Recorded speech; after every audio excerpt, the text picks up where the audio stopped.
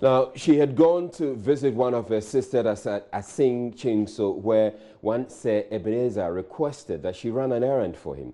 Instead, she was dragged into a room and brutally raped. The assailant then tied a rope around her neck to kill her. Fortunately, she did not die and lived to tell her story. Now, this 18-year-old JHS graduate tells JoyNews' Maxwell Agbagba that she cannot realize her aspirations in life as the incident has caused her so much physical and psychological damage. Let us call her Mabna, not her real name. I've met Mabna on her grandmother's farm as she carefully scrutinizes the cocoa pods on the farm. I stand in front of her as she narrates to me her ordeal 2 weeks ago. A good gesture to run an errand for a family friend has now become her source of what she describes as stigma. Mabna now walks around with an injury from the noose tightened around her neck 3 weeks ago. She has lost hope and she thinks her goals can no longer be achieved. Friday was 2 weeks ago. I went to Asing Chinso in the evening. I was at my sister's place where she sells eggs. Sir Ebenezer called me to buy something for him. Whilst collecting the money, he dragged me into the room, tore my dress, and had sex with me. I took my phone to call my mom to report what had happened. He took the phone and destroyed it. I told him to let me go home and report to my mother. He told me he will not allow me. He tied me with the rope and hanged me. He slapped me and I fell from the top. I hit my head on the ground and fell unconscious. I usually don't know what will happen next to me. I think he has ruined my life and I cannot realize my dreams.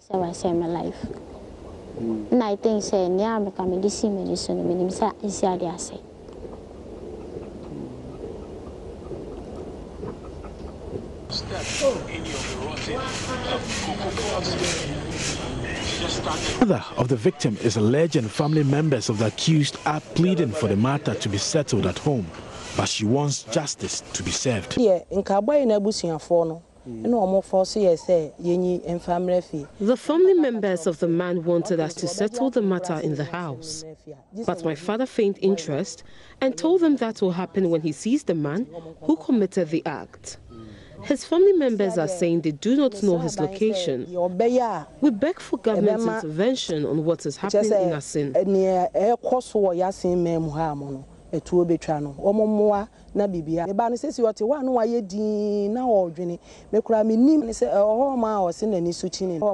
She usually complains of dizziness and is always distressed. I really want the police to arrest the perpetrator. If my child had died, I don't think we would have seen her body. I did not know he had that intention. He came here and told me he teaches in a private school nearby. Me who ni se we nipa bi a wo ye basa basa na minim se sa adwen ne kora e woni tim se me ba kuma na o kire na de o compassion o se akora ne nimade nti wo ba ha kora be ka kire me se ono wo kire de o preparatory school nti minyi me ba no kora mfa ne nko preparatory school ho mo na msi da bi ma home. And he even encouraged me to change schools for one of my daughters, so I did not know he could do that to her. Government school na nti woni me ma ne ye free nti nya de a me dwen sa adwen ne kora ma ne se onya me ba na. But the wheels of justice are grinding slowly as police in the central region are yet to arrest the suspect who is currently on the run. In another development, the Wa Circuit Court has adjourned to Tuesday the case of the headmaster of Pieng Basic School in the Sisala East District who is standing trial for allegedly filing a 10-year-old primary 3 pupil. The incident, according to reports, happened on March 31, 2017. The hearing of the case began on April 20, 2017. JoyNews' Upper West correspondent Rafiq Salam has details of what transpired in court Monday.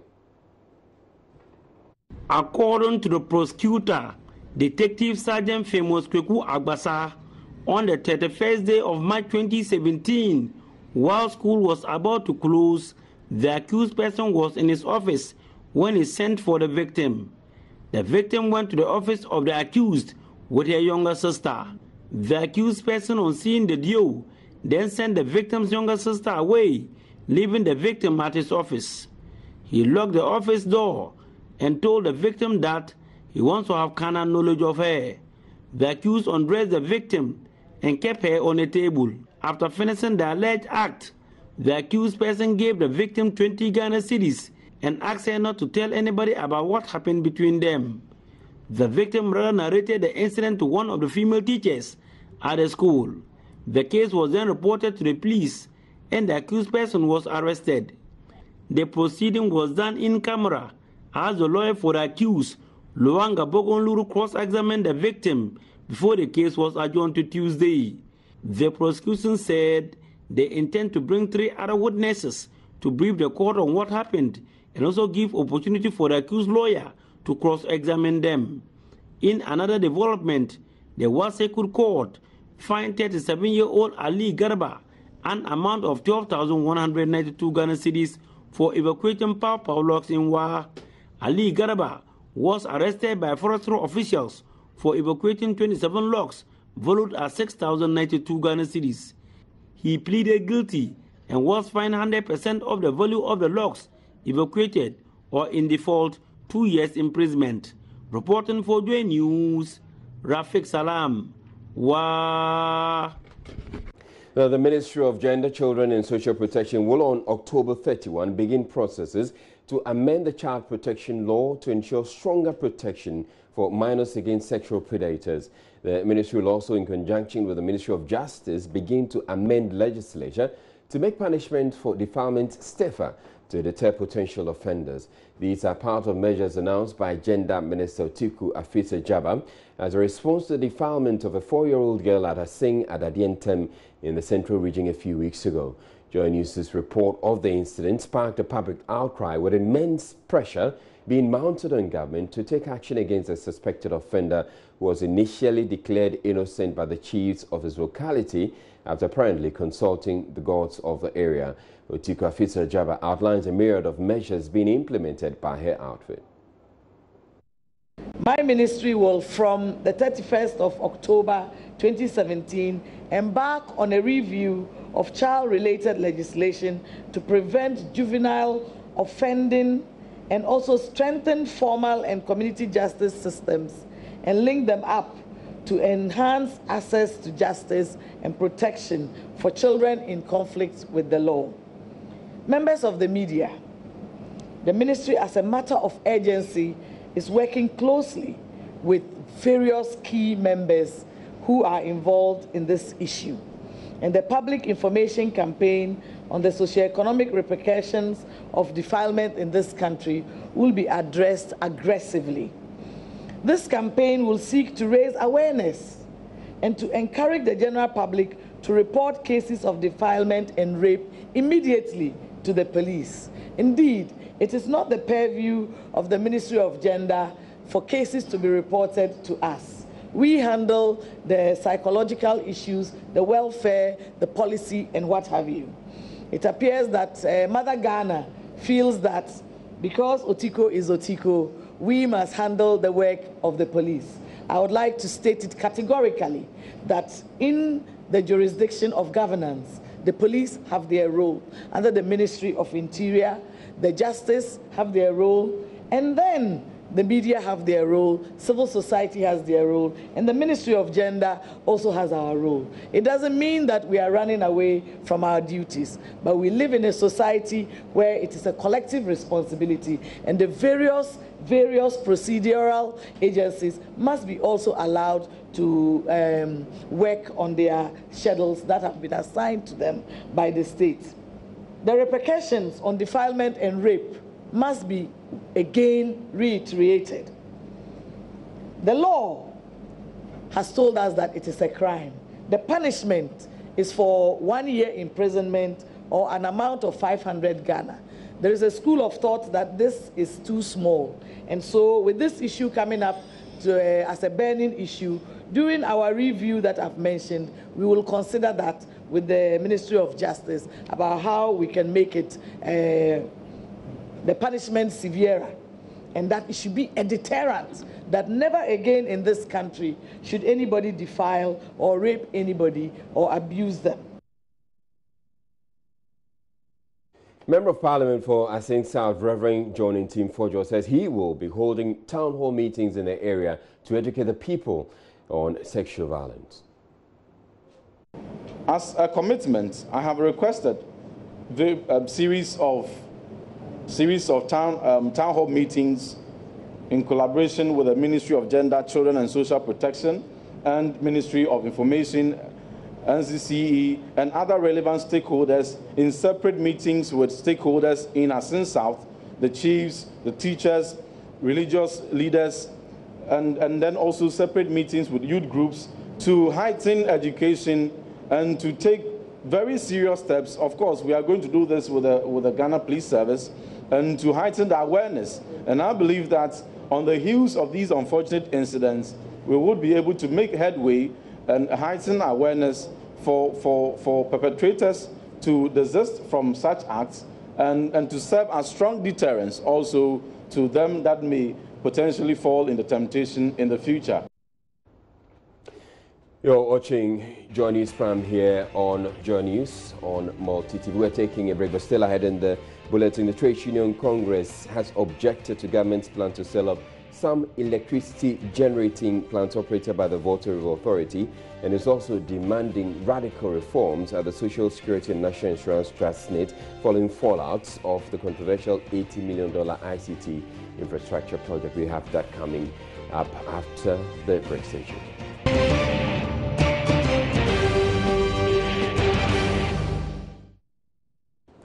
Now, the Trade Union Congress wants government to abandon plans to sell off some electricity generating plants operated by the Volta River Authority. It has subsequently stated it is withdrawing its support for the deal on the basis that it believes the state electricity company is capable of managing the thermal plant in question efficiently and effectively.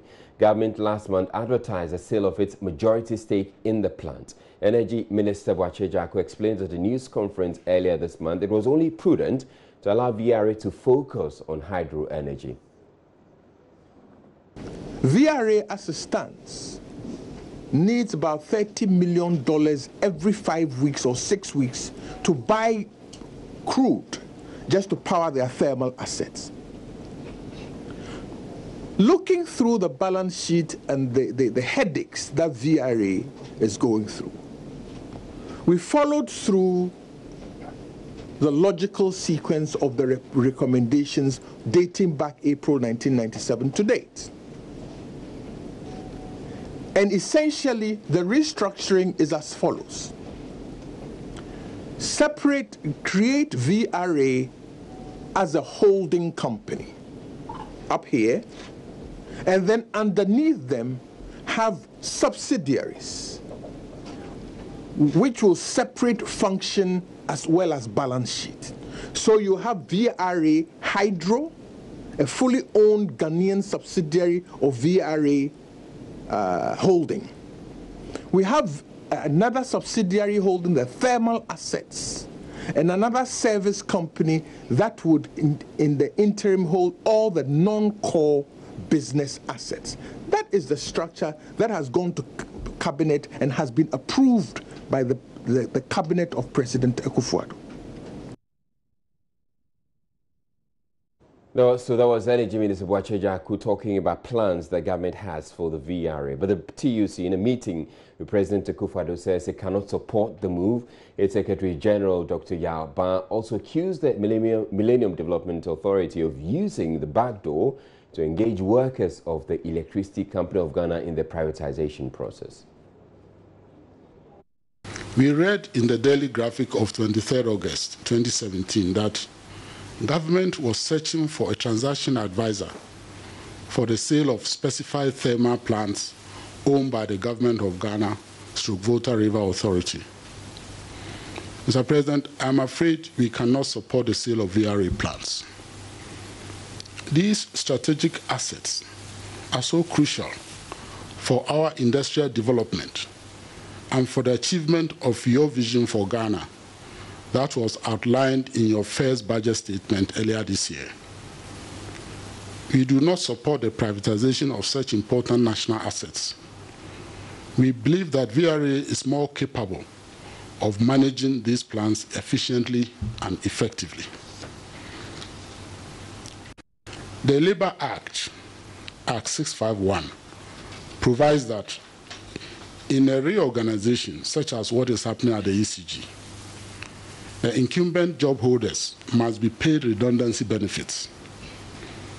But MIDA has sidelined the Public Utility Workers Union, and it is trying very hard to use the back door to engage ECG workers directly. That is the main reason why the union has gone to court to seek an injunction on the concession process. I urge you, Mr. President, to intervene to ensure that the union is properly engaged so that Ghana can benefit fully from the compact. I would like to assure you that we are open to dialogue on this and all related issues. The TUC also tabled a 5-point recommendation to radically reform the Social Security and National Insurance Trust SNIT following recent developments there. The TUC has come in for heavy criticism after a SNIT board on which it was represented superintended over the use of about $80 million in the acquisition of ICT infrastructure. We think there is an urgent need for very radical reforms at SNIT. The National Pensions Act, Act 766, established the National Pensions Regulatory Authority to regulate and supervise the operations of pension schemes in the country, including SNIT. The recent developments at SNIT clearly show that there is the need for a review of the Act to reform SNIT. We propose the following as part of the reform. Number one, there must be a stakeholders committee that should be constituted, which brings together representatives of government, employers, unions, and pensioners. This committee should meet at least once every year to receive and consider reports from the board and management of SNIT. Now, discussions on the proposals presented by the TUC were held behind closed doors after President Akufo-Addo received the memo. All the matters that have been put down here before me today are very sensitive and important matters. And I'm hoping that at the outset we can talk about some of these things without the scrutiny of my friends of the media. They have their role to play, as we all know, in the life of our country. But I think that on some occasions, the informal discussions, confidential discussions, as a prelude to more public engagements are possible. So, if you don't mind, now that you have laid on the table the matters of concern to you, and we intend to engage on all of these matters today, but I'd rather that at this initial stage we do that as it were in closed doors and without the presence of the ladies and gentlemen of the media.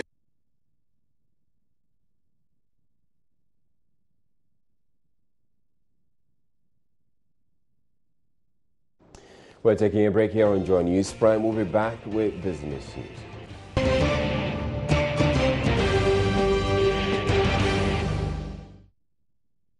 Hello, good evening to you. Welcome to business. Managers of the energy bond offer have justified the interest to be paid. They have also downplayed reports that the results demonstrate declining investor interest in the country's bonds. There's more in the following reports. The responses were contained in a set of questions and answers sent by managers following enquiries from journalists on the bond results. According to them, the interest expected to be paid on the bond was based on a lot of considerations by sponsor of the bond, that's the Ministry of Finance. This follows reports they could not raise the entire amount because investors were asking for 20% as payable interest on the 10-year bond. But the arrangers of the bond argued the approach to the pricing was reasonable, maintaining that it was important not to overpay. but they were hopeful the yield would reduce over time. On reports that the 10-year bond was not successful because most investors were not comfortable with the security of the ESLA levy being used to settle the bond, Standard Chartered Bank and Fidelity Bank maintained that investors have been adequately protected.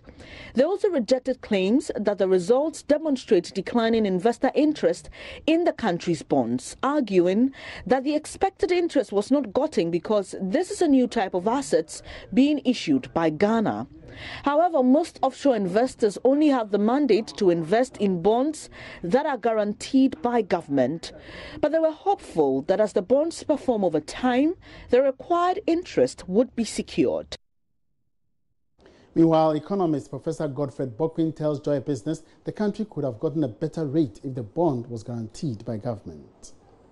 The result is a true reflection of the risk inherent in the bond issue and the overall government strategy to market the bond. And I think that the government's decision not to include the bond issue in the public debt and fully guaranteed by the government might have played a part in the results that we had, and especially with the longer dated maturity of the second one, which is the 10-year bond, that probably increases the risk of investors. If you look at our election cycle of just 8 years, and therefore there's greater risk with that one. Once the risk level is high, or once investors perceived the default to be very high, then they will see greater protection from the default risk. And if they are not getting the appropriate compensation for the level of risk that they will be assuming, then obviously they wouldn't want to commit to it the way that we were expecting. But in terms of the decision to issue the bond, I think that we all do agree that is the best way to go, because these arrears, especially from the state-owned enterprises, were actually sort of creating some systemic risk in the financial system, either directly through the balance sheet of banks in terms of the toxic asset created by these arrears, or the BDCs that invariably would also have some implication in the financial system. So the decision to issue the bond and resolve the energy sector indebtedness in the system is certainly something that we all do support. The strategy adopted probably does not reflect a view that I will probably subscribe to, and especially the idea of creating a special purpose vehicle or company to handle it, and government's own decision not to fully back that.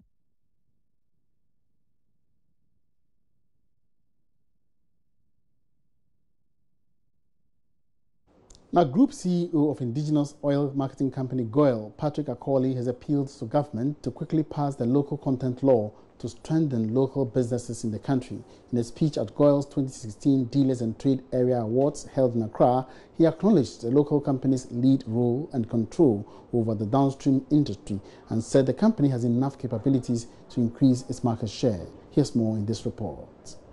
The awards night by GOIL saw 68 dealers and some stakeholders of the indigenous oil marketing company receive various awards for their distinguished participation and performance over the past year. The dealers were chosen from GOIL stations in the northern, southern, eastern, middle belt and Tema. Group Managing Director of GOIL, Patrick Akoli, in a speech, congratulated all the awardees and outlined the company's commitment to health, safety, security and environmental issues. He also appealed to government to pass a local content law for the downstream petroleum sector. Management on its part has stepped up spot checks and taken adequate steps to strengthen our monitoring activities. And with the recent purchase of a modern mobile fuel laboratory van to conduct on the spot checks on the quality of fuel at all our service stations. Let me use this opportunity, therefore, to appeal to the government to quickly pass the local content law to strengthen local businesses. In a keynote address, Deputy Minister of Energy Dr. Mohammed Amin Adam criticized activities of illegal fuel traders, many of who divert fuel stocks bound for export to other neighboring countries. He noted such nefarious activities continue to rid the country of millions of revenue annually. Smuggling of petroleum products in and out of the country, the discharge of export-bound petroleum products, products that are bound supposedly for Burkina Faso, for Mali, etc., find their way back into Ghana. And because of this, not only Guel has been adversely affected, but OMCs in general, to the extent that sales volumes by OMCs decreased by 13% for diesel and 6% for petrol. What it means is that apart from the fact that your margins are going down, your profitability levels are going down, your income for which you are able to pay your workers goes down. So unemployment is likely to occur if this is not addressed. But on the other hand, government is losing so much money, estimated at about 700 million Ghana cedis annually. How do we lose that money? Because they bring in the products meant for exports. These products do not attract taxes. The overall winner, who will be going to South Africa with spending money attached, as well as a laptop and certificates, also shared some thoughts. The Food and Drugs Authority is blaming the media for condoning activities of alcoholic beverages and aphrodisiacs dealers, claiming to have permission to advertise them. Head of Communications for the FDA, James Latte, is worried about the trend. Media stations are supposed to play adverts that are approved by FDA. When anybody walks to your station, you are supposed to check whether it has an approval from FDA for the advert before you play it. And I'm saying that if you hear any media station playing an advertisement of an alcoholic beverage as a medicine, having medicinal claim, it means that that media station is flouting.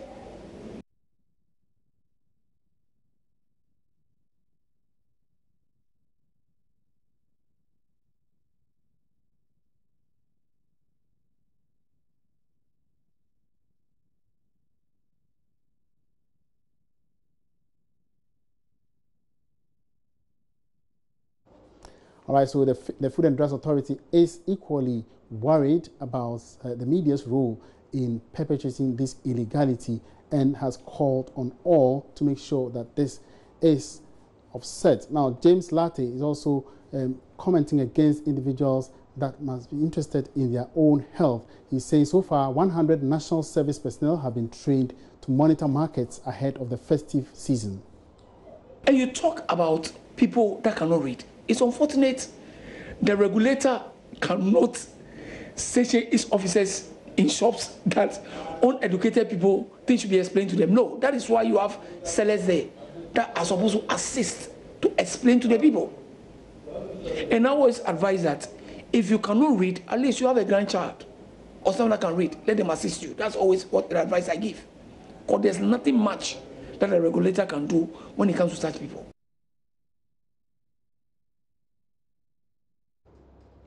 Welcome back to JoyNews Prime. Now moving on, about 5 strongly built men believed to belong to the ruling New Patriotic Party are said to have attacked officers of the National Disaster Management Organization, NADMO, at Techimang in the Brunei-Ahafo region, forcing staff to flee. The municipal NADMO coordinator, Jibril Kesse, who is out of town on an assignment, confirmed to JoyNews he has lodged a formal complaint about the incident to the municipal chief executive. Correspondent to Nasabit reports main office was opened when he visited at 2:55 p.m. on Monday, but a computer and document had been taken away. The disaster control office, according to him, however, was still locked at the time of the visit. Now, Anas joins me on the phone with more on this. Hello, Anas. Now, has there been any further development since you first reported this incident, and do we know if the police is taking any action at all? Well, for now, we can say that we do not know who these men are, and we have been speaking with the municipal chief executive. He was out of office when this incident happened, and he has also advised for those who were behind this particular act to be brought to book. So he has also started investigations into who they are. He was unable to tell me whether he's been able to know who they are. The man in office, Mr. Stephen Mensah, who is the Assistant Municipal Disaster Control Officer, told me he's new to the office, so he's unable to also identify them in case he has been asked to tell who they are. So as we speak now, we know the office was open before the close of work today, except that some documents he left in the office when he was asked to move out. When we got in the documents were not in the office. Key amongst them, the computer that belongs to the municipal NADMO coordinator was out of place, together with some documents, some files on the table, and then some 2 drawers in the office were all not or nowhere to be found. So that is what we can see for now. Now, these people who attacked the offices, he says virtually all of them are saying they don't know them. But what did they say? Did they say anything suggestive? Mr. Timon told me at about 9 a.m., these 5 men got into the office. They asked him, together with some 2 of his colleagues, to step out. So he asked them who they are. All they could tell him is there have been change of power. So it's about time he also leave the office. Unfortunately, by then, the NADMO coordinator, as I said earlier on, is out of town. So he had to rush to the MC's office to lodge a formal complaint. Unfortunately, the MC was also out of office by then. So he reported to the municipal coordinating director. So the coordinating director instructed him to get this man or to tell this man he wants to see them. All they could tell this officer is they were not there to see the coordinating director, so they are not going there. So the coordinating director instructed him to, as a matter of urgency, leave the office for his own safety. He should allow them to get the office locked for now. So he, together with his 2 other colleagues, had to leave the office and then allow this man to get this place locked. But as at the time I got back to the office about 2:55 p.m., together with Mr. Stephen Mensah, we met the key to the office at the door, or at the, so we opened, and of course he couldn't tell, or we both couldn't tell who brought back the key. We know the office was opened, except that some drawers, together with some files, and then the computer were out of the office. And there's one also office which was still locked, and he said that is their disaster control office, but he cannot tell why that particular office remained locked. Have we heard anything from the police yet? The police are unable to tell me whether there's been a formal complaint reported to them, except that the MC confirmed to me he had the formal complaint from the NADMO coordinator, and he is also doing his own investigations to establish who were behind this particular act. Unfortunately, the man told me they were not, in any party colors to establish or to substantiate whether truly they are part of the invisible forces that he believes they are from the ruling party. All right, thank you very much, Anas Abid, bringing us that update. And this particular incident happened to be one of many that has happened since the New Patriotic Party took over power. Now, Acting General Secretary of the NPP, John Boadu, says the party is taking steps to ensure all those engaging in vigilantism fall in line. It's as though the party is disappointed in their acts. They are managing the situation better by allowing the law and order structures to take due course. This relationship, we've taken it even upon ourselves. Thankfully, we even had the president sitting in a meeting that brought together MMDCs, government appointees, ministers, MPs, and the whole party structure, taking them through how to relate and the limits that each and every one of them has in order to ensure that they work together. So why is that not reflecting necessarily on the ground? It is reflecting. only that once in a while. You understand? Obviously, you can. This one is not once in a while. It's once in a while because you can mention them. Week. No, you can mention them. For the past 4 months, you've not heard anything. So if the past week 1 or 2 constituencies in the north had experiences, I would have wished that it never occurred. And I want to state, and I'm stating it as a matter of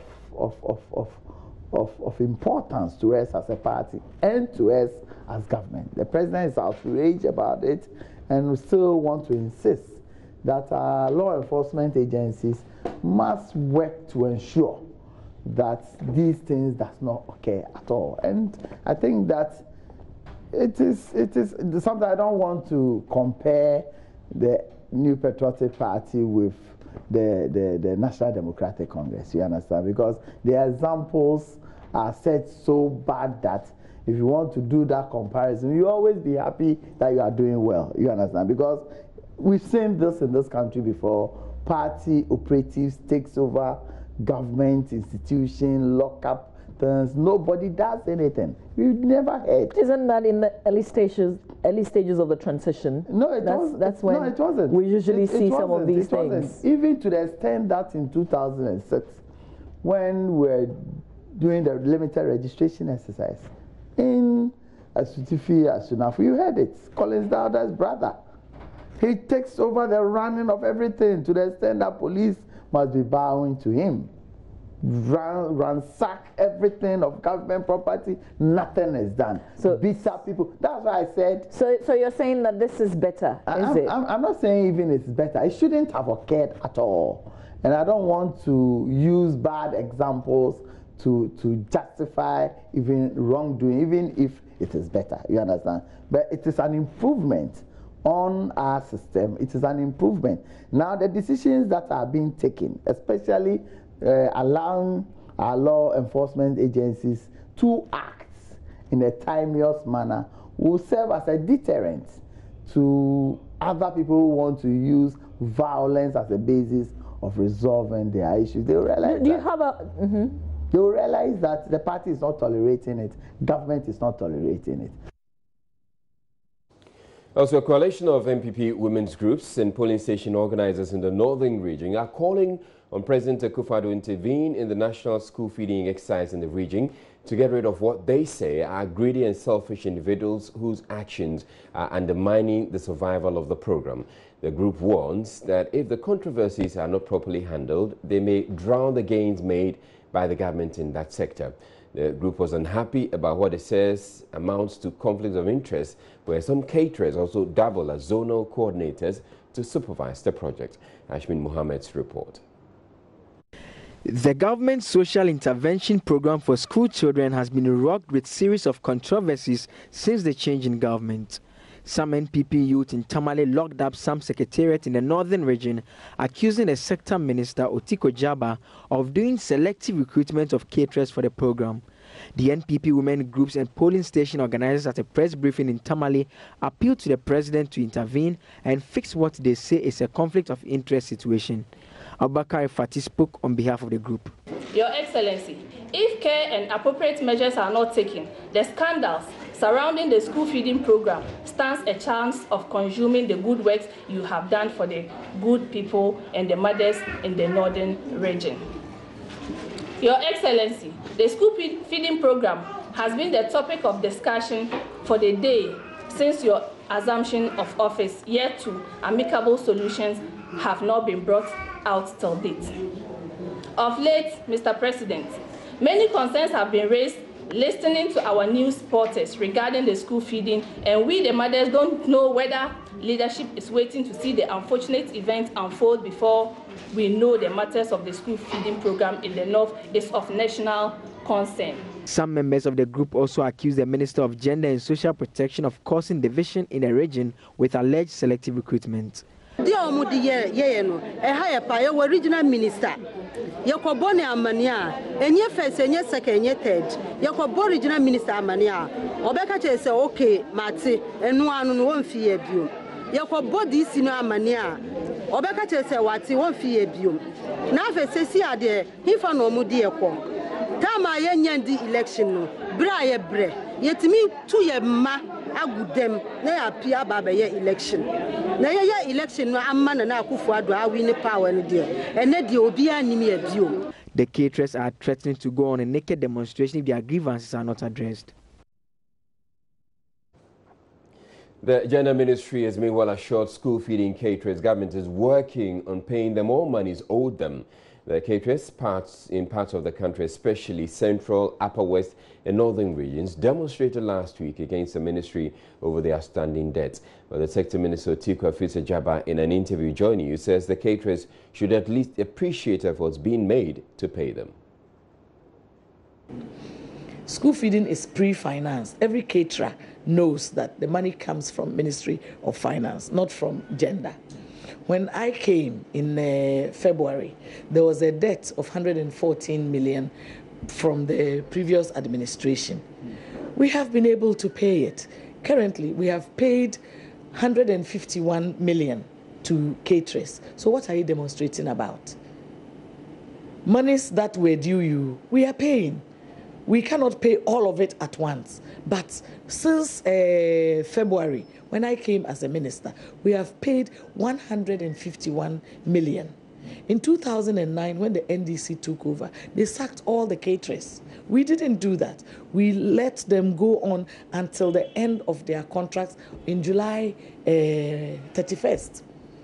And then caterers who were owed in 2009, to date, some of them who were sacked are still owed. They never went on strike because they understand that school feeding is pre-financed. But people who were owed by another administration, because governance is a continuum, and we have come and paid, are demonstrating. What are you demonstrating about? You don't have a legitimate right to demonstrate because what we owe you, we are paying. If we didn't pay, then you would say that you have a case. But every now and then, an allocation was made, 79 million, 20 million, then for 5 cooking days, 10 cooking days, the last one, 21 million was released. As soon as the money comes, we do the calculations because the caterers also owe the rice people, they owe for storage equipment that they bought, they owe Maslock. We have to do that reconciliation and then deduct and then give you the money. So for every allocation that is sent to us by Ministry of Finance, we have paid it and we are continuing to pay. If we were not paying, then I will understand. But it looks like some people are encouraging them to go and demonstrate. They should be thanking me and the president of Ghana for paying their debts. Instead of saying, I read somewhere they said that we are paying them small, small. If somebody owes you, are you not happy that they are paying you small, small? How about if they didn't pay you at all? So how soon would you be done with that payment? Oh, that one depends on the releases from Ministry of Finance, and they've agreed. And that is why they are releasing as and when. You know, we came and met a huge debt of 122 billion. And so things are not, it's not as if they don't know, they are aware.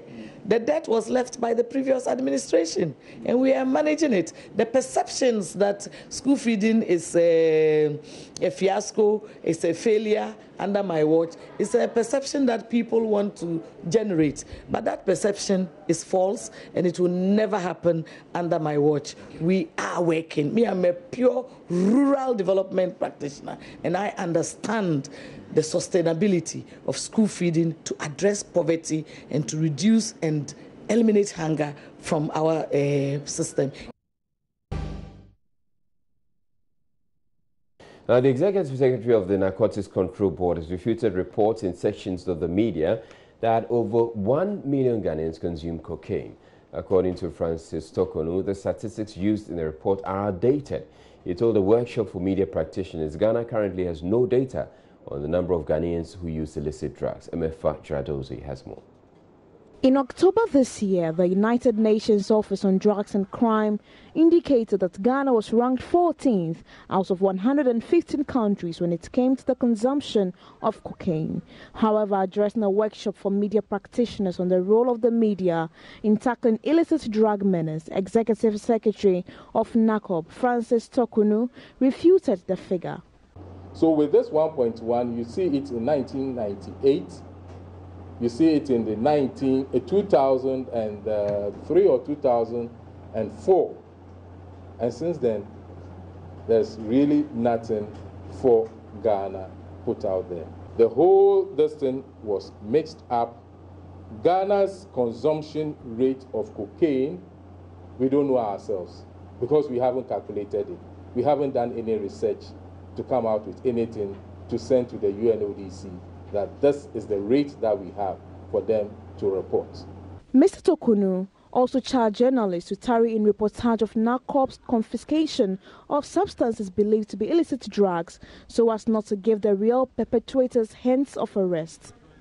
But there are times that we wish as much as possible if there could be a delay in bringing out the story, especially those that are concerning arrest, seizures, and the rest. It really makes it difficult for us to reach the big guy who is moving the business. We end up only dealing with that courier.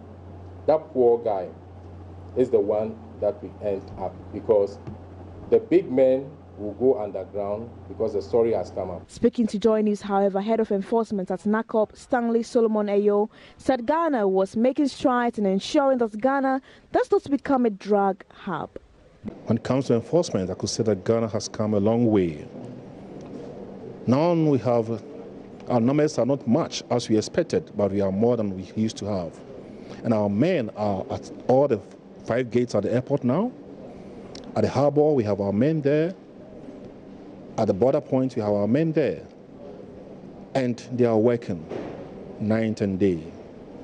But the truth of the matter is that nowhere on the planet Earth can any country stand up to say that he's 100% abreast with fighting the drug war. We are doing our best as a country, and we hope to do better. They have also called on government to facilitate the narcotics bill, which is before Parliament, to transform it from a board to a commission.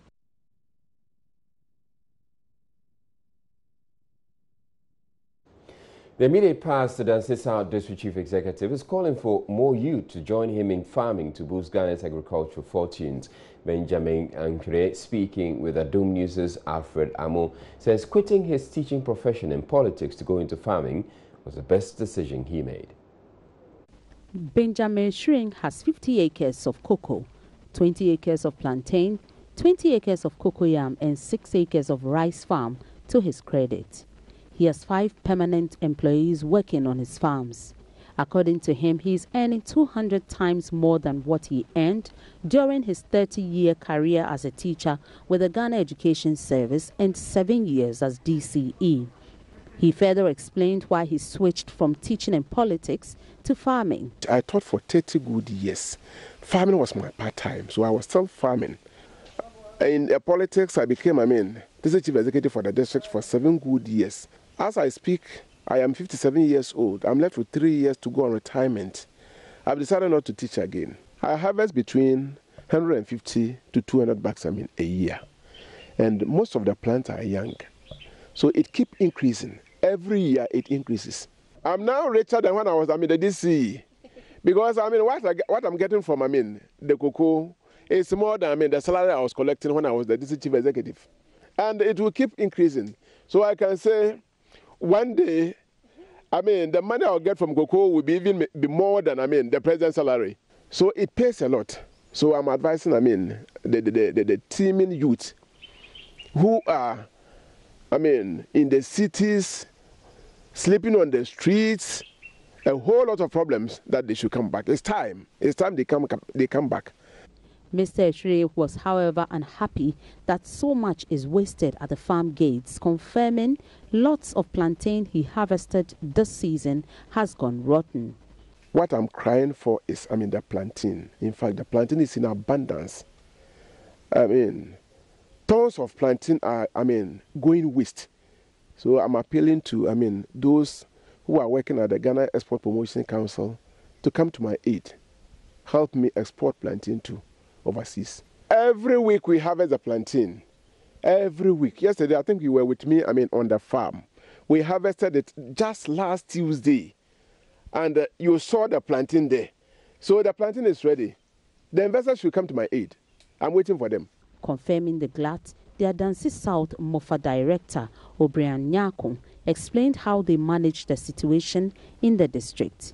A lot of the youth are going into rice farming because rice farming is very lucrative.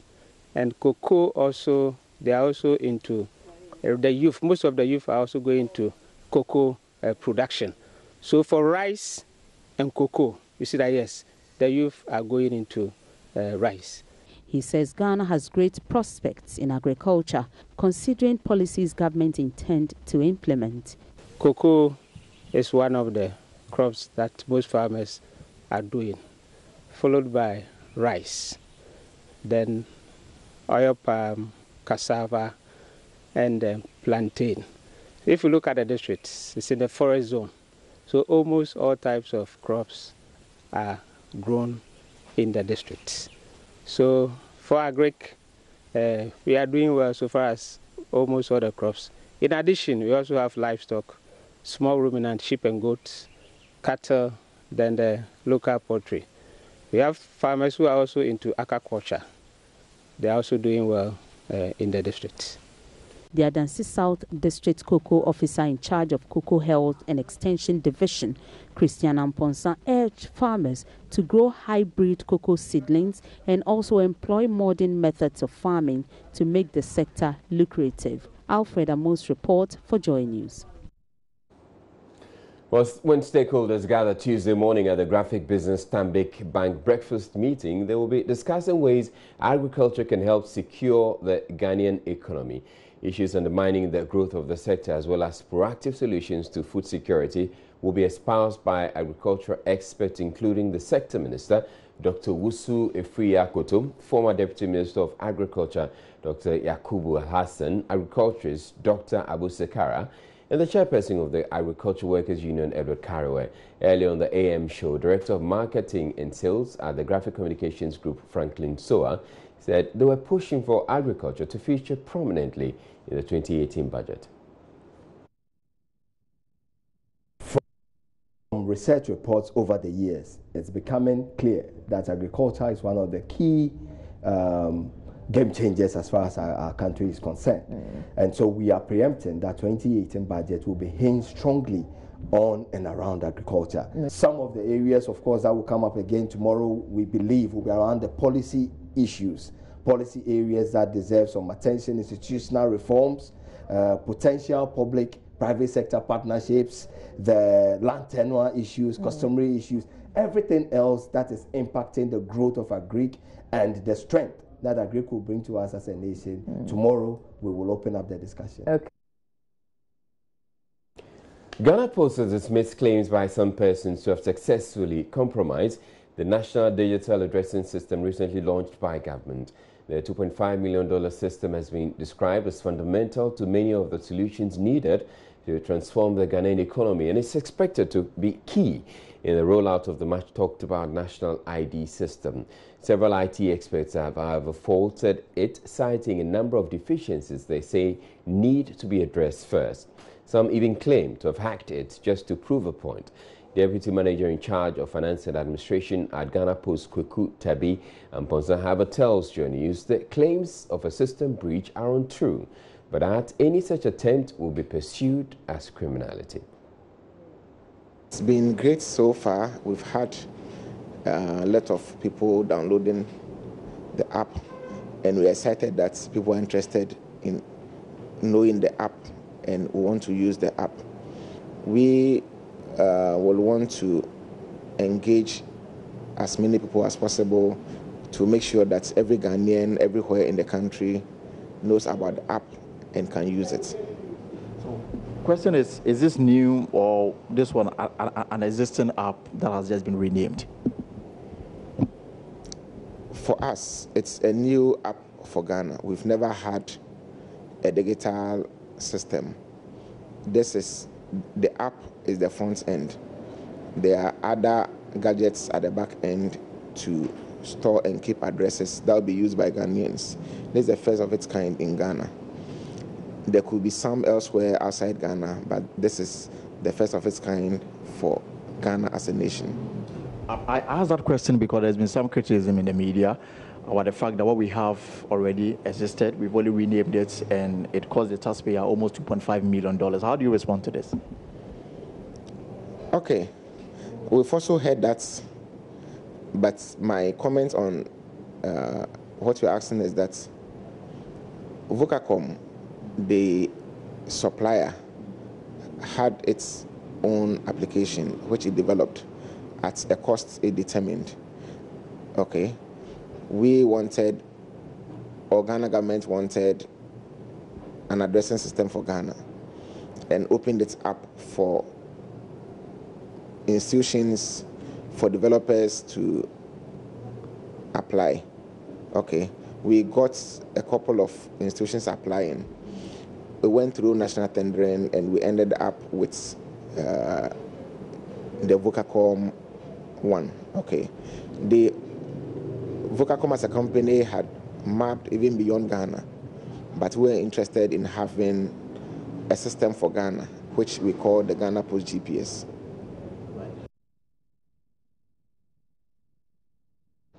Residents of Bantama and other adjoining communities allege there is increased armed robbery activities in the area. At a town hall, market women in particular said they have become targets of attack, a situation affecting their various businesses. Nana Sensumensa has more on this report. Bantama constituency has a population of over 250,000 spread across 10 electoral areas. Residents said they live in fear as robbery has become very rampant in the community. They want authorities to intervene. The higher passes say na hano untimi nsole ahomachi nkodwom. The robbers attack us on our way to the market. We live in fear. Most of the market women have stopped going to the market at dawn, so it is really affecting our business. Authorities must come to our aid.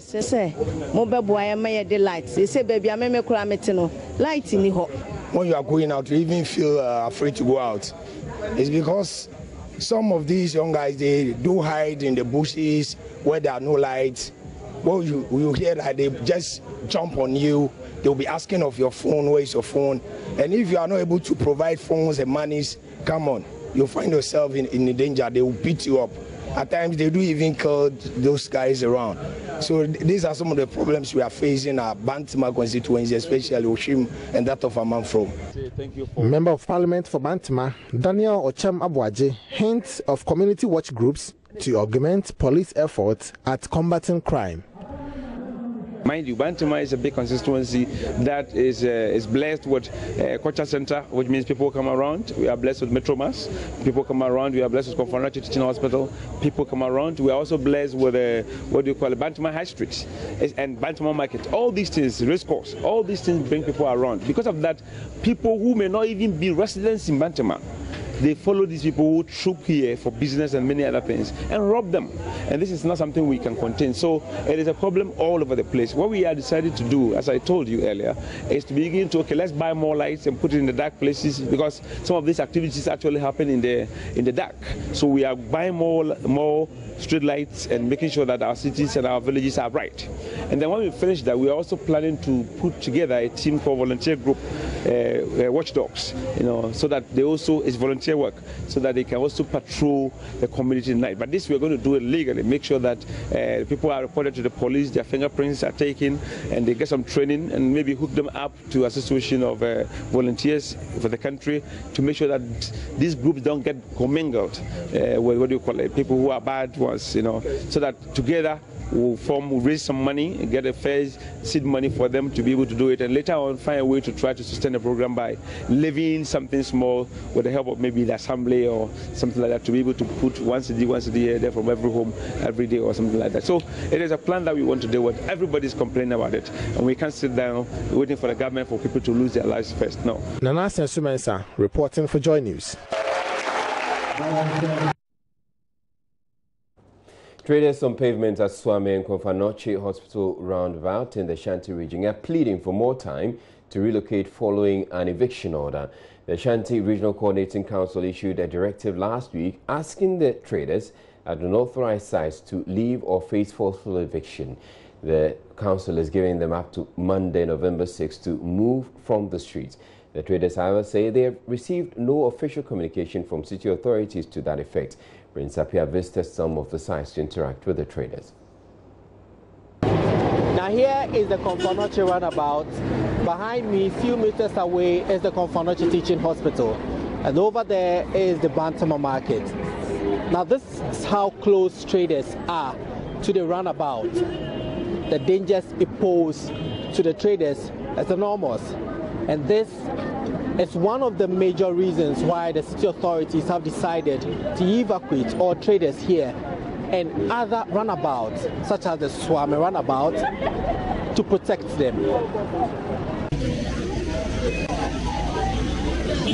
Invasion of traders on Konfanoche Teaching Hospital and Swami runabout and other sites in Kumasi has become a matter of grave public concern. The unauthorized occupation is characterized by chaotic scenes and the risk of vehicles potentially running over pedestrians. The least talked about the sanitation implication with huge volumes of refuse, the better. All attempts in the past to raid the places of traders had failed, with traders resisting holding city authorities to ransom amid political threats. The regional coordinating council was left with no option but to step in to order traders off for safety reasons. As usual, the traders will not go without a fight. Nobody has officially been here to ask us to leave this place.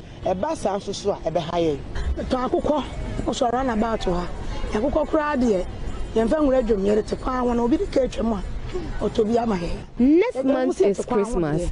The authorities should wait after Christmas because that is when we can make some better money.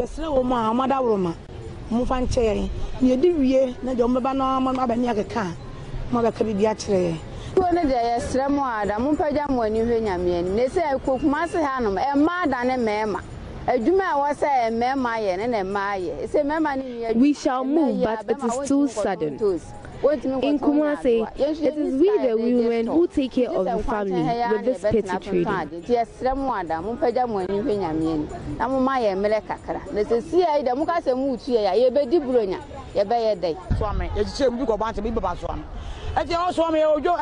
Our goods are perishable, and so putting them in the stores won't help us. That is why we sell out here.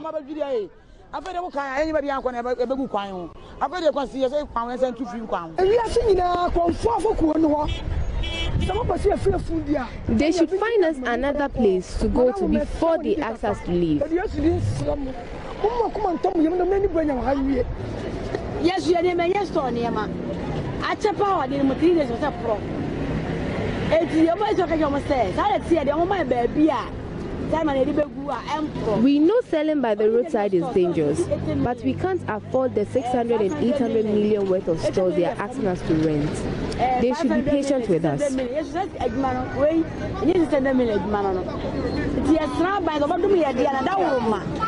The traders are being asked to relocate to the Dumenu, Abinchi and other satellite markets in the metropolis.